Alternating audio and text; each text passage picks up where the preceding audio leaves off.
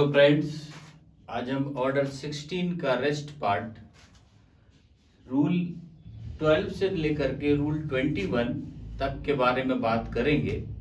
इसमें रूल 12 कहता है procedure of witnesses fails to appear.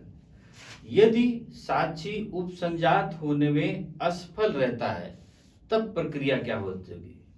तो पहली बात तो उपसंजात होने में असफल रहता है, इसकी मीनिंग क्या है कि वह नोटिस पर्याप्त पा चुका है लेकिन कोर्ट के समक्ष साक्ष्य देने या दस्तावेज जमा करने नहीं आया, या कोर्ट में आया, उपस्थित हुआ और न्यायालय का समाधान नहीं कर सका कि हमें साक्ष्य देना है या डॉक्यूमेंट देना है, उसके बारे में, ये डॉक्यूमेंट नहीं दिया है उसके बारे में कोई कार्य नहीं हुआ, साक्ष्य भी नहीं दिया और डॉक्यूमेंट भी नहीं दिया।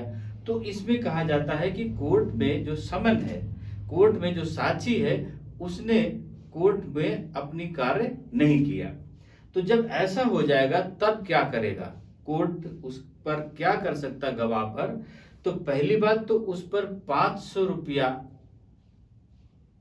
या उसके नियर अबाउट उसको जुर्माना करेगा, जुर्माना कर सकता है 500 रुपए तक का। दूसरी चीज, जुर्माना और कुर्की दोनों कर सकता है। तीसरी बात, तब भी वो उपस्थित नहीं हो सकता होता है या अपना साक्ष्य दस्तावेज नहीं जमा करता है तो कुर्की के पश्चात उसे विक्रय करने का आदेश दे सकता है। उस संपत्ति को, जिस संपत्ति को कुर्क किया गया है, उसको विक्रय करने का आदेश दे सकता है।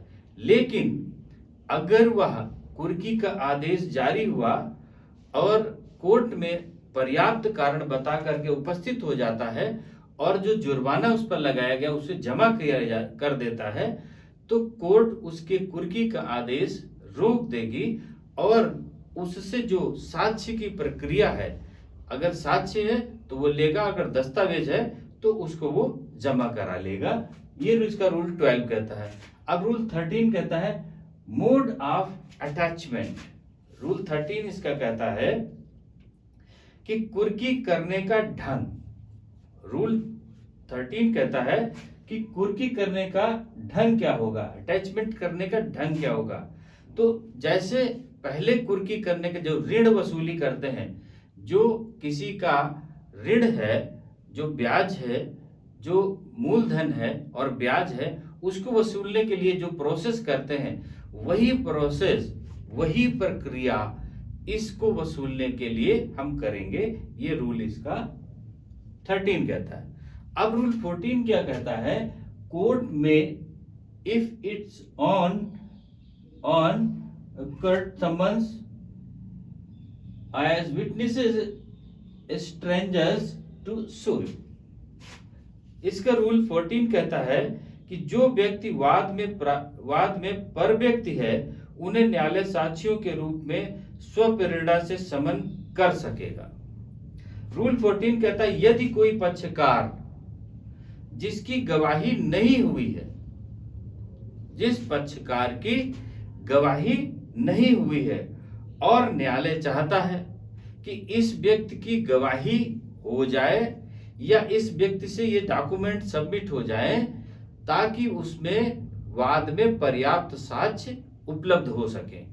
यदि कोर्ट ऐसा चाहता है तो अपने विवेक पर, कोर्ट स्वविवेक पर, स्वप्रेरण से उस पक्षकार को साक्ष्य देने या दस्तावेज सबमिट करने के लिए बुला सकता है और उसकी परीक्षा भी कर सकेगा।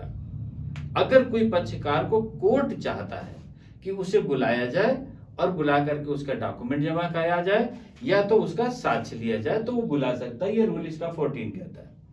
रूल 15 कहता है duty of person summoned give evidence और प्रोड्यूस डॉक्यूमेंट्स। रूल इसका 15 कहता है कि उन व्यक्तियों का कर्तव्य जो साक्ष्य देने या दस्तावेज पेश करने के लिए समन किए गए हैं, उनका क्या कर्तव्य होगा कि जिनको कोर्ट ने नोटिस जारी किया, समन जारी किया या बुलाया है या कोर्ट में आना है उनको, तो उनके राइट्स क्या क्या होंगे, उनका क्या अधिकार होगा, उनके लिए जो है उनकी ड्यूटी क्या होगी, ये रूल 14 कहता है। तो इन्होंने कहा रूल 14, अगर वह कोर्ट में हाजिर होगा, कोर्ट ने समन दिया तो उसका साक्षी का क्या है, कर्तव्य कि वह कोर्ट में हाजिर हो। अगर उसे समन साक्ष्य देने के लिए बुलाया गया है तो वो साक्ष्य दे और जो क्रॉस उससे किया जा रहा है उसका पर्याप्त उत्तर दे। अगर उसे दस्तावेज सबमिट करने के लिए बुलाया जा रहा है तो वह उन दस्तावेजों को जो समन में अंकित हैं, जो समन में लिखे हुए हैं, जो उसके कब्जे में है, जो उसके पास में है, उन्हें वह कोर्ट को सबमिट करे, यही उसका कर्तव्य है। अब रूल 16 कहता है when they may depart. Rule 16 कहता है कि वे कब प्रस्थान कर सकेंगे। अब आ गए, उन्होंने कोर्ट में दे दिया, अब जाएंगे कब?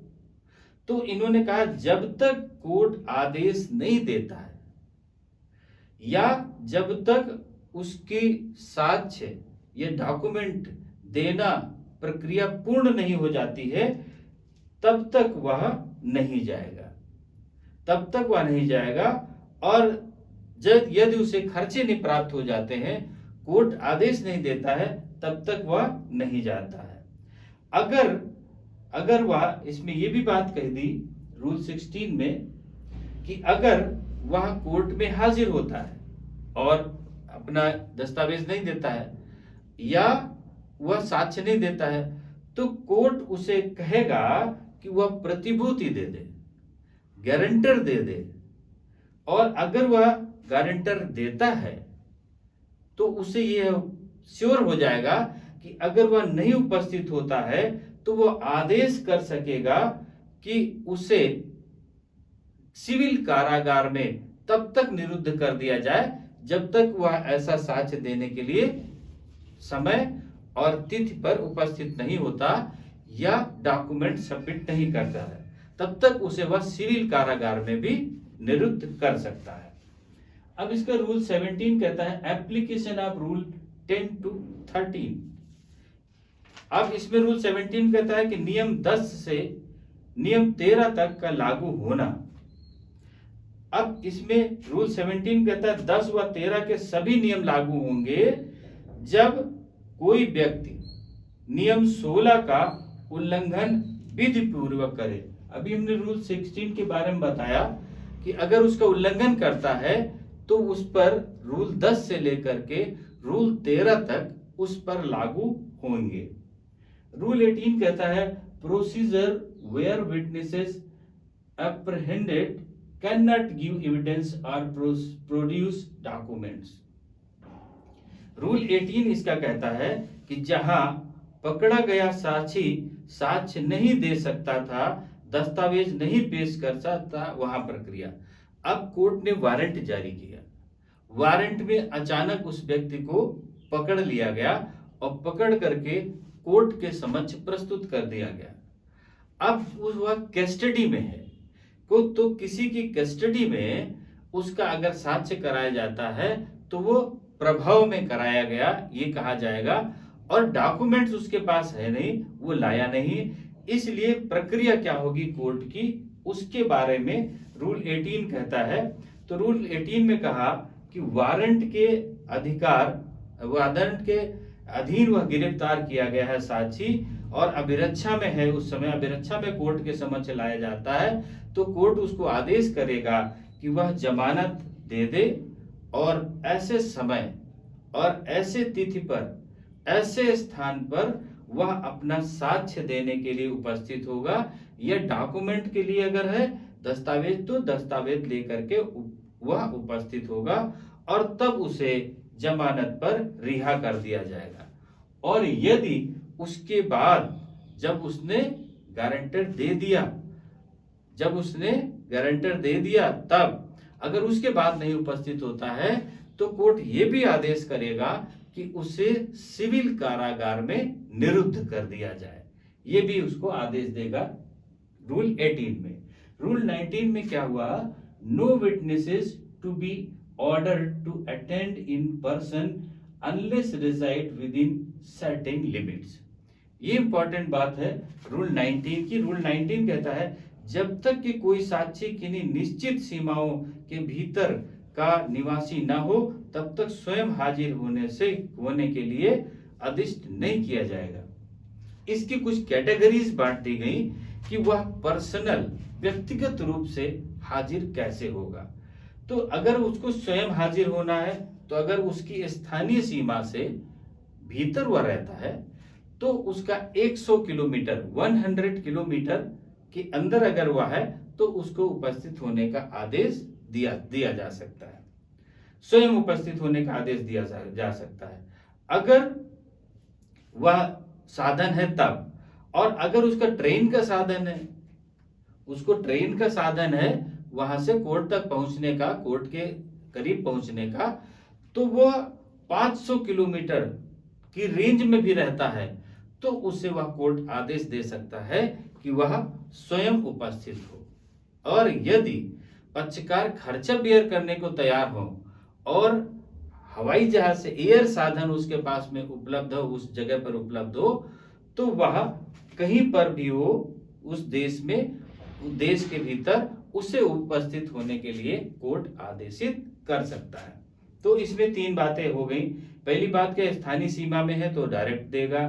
अगर उसके पास में साधन है, बस का है या और साधन है, तो वो 100 किलोमीटर तक दे सकता है, 100 किलोमीटर के अंदर भीतर दे सकता है। अगर ट्रेन का साधन है तो 500 किलोमीटर तक दे सकता है। अगर एयर का साधन और खर्चा बेयर हो सकता है तो वो कहीं भी हो देश के भीतर उसे उपस्थित होने के लिए आदेशित कर सकता है। ये रूल 19 कहता है। रूल 20 कहता है consequence of refusal of party to give evidence when called by court. Rule 20 इसका कहता है कि न्यायालय द्वारा बुलाए जाने पर साक्ष्य देने से पक्षकार के इनकार का परिणाम।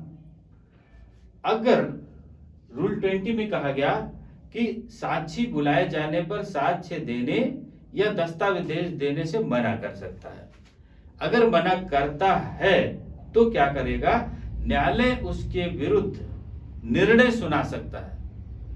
न्यायालय उसके विरुद्ध निर्णय सुना सकता है, जो उसको न्यायालय को उचित लगता है वह उस पर निर्णय अपने अनुसार दे सकता है। इसमें इसको रूल 20 में न्यायालय को पूरी पावर दे दी कि वो कोई भी ऑर्डर कर सकता है अगर वह साक्ष्य नहीं देता है और यह साक्ष्य दस्तावेज देने से मना करता है।